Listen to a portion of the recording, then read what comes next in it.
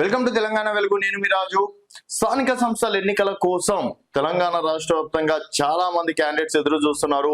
So elections ఎప్పుడు పెడితే ఎప్పుడు బరిలోకి దిగుదాం. అలాగే దీనికి సంబంధించి అడ్డంకుగా ఏం మారుతుందంటే బీసీలకు సంబంధించి 42% రిజర్వేషన్లు. సో స్థానిక సంస్థల ఎన్నికలకు వెళ్ళాలంటే 42% రిజర్వేషన్స్ ఇవ్వాల్సిందే. మరి 42% రిజర్వేషన్స్ కోసం 10వ తారీఖు నిర్వహించినటువంటి కేబినెట్ సమావేశాలలో రాష్ట్ర ప్రభుత్వం సంచలన నిర్ణయం తీసుకుంది. ఏంటంటే ఆర్డినెన్స్ జారీ చేస్తూ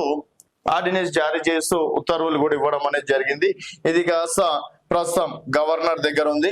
గవర్నర్ దగ్గర నుంచి ప్రస్తుతం వరకు ఏం రిప్లై రాలేదు. సో గవర్నర్ దగ్గర సంతకం పెట్టేసి ఓకే అయిపోతే ఏదైనా చెయ్యొచ్చు. రాష్ట్ర వ్యాప్తంగా అయినా సరే 42% రిజర్వేషన్లు కంటిన్యూ చేయొచ్చు అని చెప్పేసి రాష్ట్ర ప్రభుత్వం ఆలోచన. కాకపోతే ఇప్పటి వరకు గవర్నర్ నుంచి ఎటువంటి స్పందన రాలేదు. ఇదే అంశం పైన ఢిల్లీలో ఇటు అంటే రేవంత్ రెడ్డి గారు కావచ్చు, అలాగే బట్టి విక్రమార్క గారు కావచ్చు, కొండ సురేఖ గారు కావచ్చు, కంచాయలయ్య గారు కావచ్చు, వాకిట్ శ్రీహరి గారు కావచ్చు, కీలక బీసీ మంత్రులు కూడా రాహుల్ గాంధీ తోటి, మల్లికార్జున ఖర్గే తోటి కూడా సమావేశం కావడం, తర్వాత దీనికి సంబంధించి పార్లమెంట్ లో కూడా తమ గళాన్ని ఇప్పాలని చెప్పేసి కూడా వినిపించాలని చెప్పేసి కూడా కోరడం అనేది జరిగింది. సో ఇవన్నీ చూసుకున్నట్టయితే రేపే రిజర్వేషన్లు ఖరారు అన్నట్టు కూడా ఒక కీలక న్యూస్ వస్తుంది. హైకోర్టు తీర్పు ప్రకారం మొదటి నెల రోజుల్లో రిజర్వేషన్లను ఖరారు చేయాల్సి ఉంది. సో హైకోర్టు ఏదైతే తీర్పు ఇచ్చిందో దానికి సంబంధించి మొదటి నెల రోజుల్లో రిజర్వేషన్లు ఖరారు చేయాల్సి ఉంది. దీని ప్రకారం రేపటితో ఆ గడువు ముగియనుంది. అయితే గవర్నర్ ఆమోదం కానీ కేంద్ర ప్రభుత్వం ఆమోదం కానీ ఇంతవరకు లభించలేదు. కోర్టు ప్రకారం నెలాఖరు లోపల దీనికి సంబంధించి ఏదో ఒకటి కొలిక్కు రావాలి. ఇప్పటి వరకు గవర్నర్ దగ్గర నుంచి కావచ్చు, కేంద్ర ప్రభుత్వం నుంచి కూడా ఎటువంటి ఆమోదం ఇంతవరకు లభించలేదు. గవర్నర్ న్యాయ నిపుణుల అభిప్రాయాలు సేకరిస్తున్నారన్న ప్రచారం ప్రస్తుతం సాగుతుంది. గత 5-6 రోజుల నుంచి గవర్నర్ అదే నిర్ణయం మీద ఉన్నారని చెప్పేసి కూడా నడుస్తుంది. ఒకవేళ అదే కనుక జరిగితే రేపు గవర్నర్ నిర్ణయం తీసుకోవచ్చు. నిజంగా తను వారు న్యాయ నిర్ణయాలతోటి సమావేశాలు నిర్వహించి దానికి సంబంధించి ఆర్డినెన్స్ సంబంధించి కూడా ఏమైనా నిర్ణయాలు తీసుకుంటే రేపే వచ్చే అవకాశం ఉందని చెప్పేసి కూడా చెప్పుకోవచ్చు. గవర్నర్ ఆమోదం తెలిపితే రేపే రిజర్వేషన్లు ఖరారు చేసే అవకాశం ఉంది. మరోవైపు పంచాయతీరాజ్ చట్టం 2018, సో పంచాయతీరాజ్ చట్టం ప్రకారం 2018లో మనకు అప్పుడు కేసీఆర్ సర్కార్ కేవలం 23% రిజర్వేషన్లు మాత్రమే ఇచ్చింది.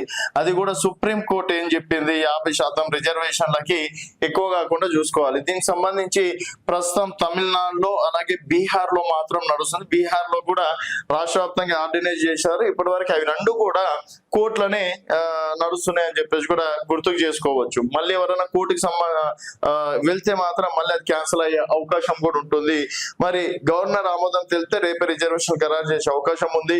మరోవైపు పంచాయతీరాజ్ చట్టం 2018 సవరించాలని కేంద్రంపై ఒత్తిడి తేవడానికి కాంగ్రెస్ పార్టీ ప్రయత్నం చేస్తుంది.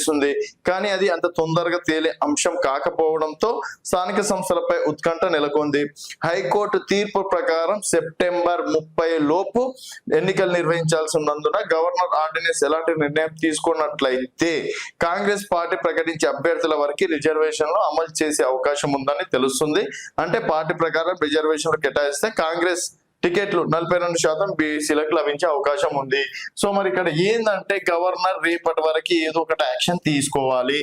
యాక్షన్ తీసుకోకపోతే అటు కేంద్ర ప్రభుత్వం అయినా ఏదో ఒక 9th షెడ్యూల్లో చేర్చాలి. కొన్ని కేంద్ర ప్రభుత్వం కూడా ఎటువంటి యాక్షన్ తీసుకోకపోతే పార్టీల పరంగా అంటే కాంగ్రెస్ పార్టీ దాదాపుగా 100 మందిలో 42 మందికి బీసీలకి అవకాశం కల్పిస్తుంది. సో కాంగ్రెస్ నుంచి 42% అభ్యర్థులు బరిలో ఉంటారు. కాకపోతే ఇక్కడ బీఆర్ఎస్ ఏమంటుంది, కామారెడ్డి డిక్లరేషన్ ప్రకారం బీసీలకు న్యాయం జరగాలి. సో ఇదంతా రేవంత్ రెడ్డి డ్రామా అని బీఆర్ఎస్ అంటుంది. అలాగే కవిత జాగృతి కూడా సేమ్ అదే అంటుంది. ఇక భారతీయ జనతా పార్టీ అయితే 50% మించి ఉండొద్దు, 9th షెడ్యూల్ అట్లెట్లా చర్చిస్తారు. అంతవలసి రాష్ట్ర ప్రభుత్వం ఎవరినన్నా మంచి ల్యాబ్ని పెట్టుకోవాలని చెప్పేసి బీజేపీ అధ్యక్షుడు రామచంద్రరావు గారు కూడా చేసినటువంటి వ్యాఖ్యలు కూడా చూస్తున్నాం.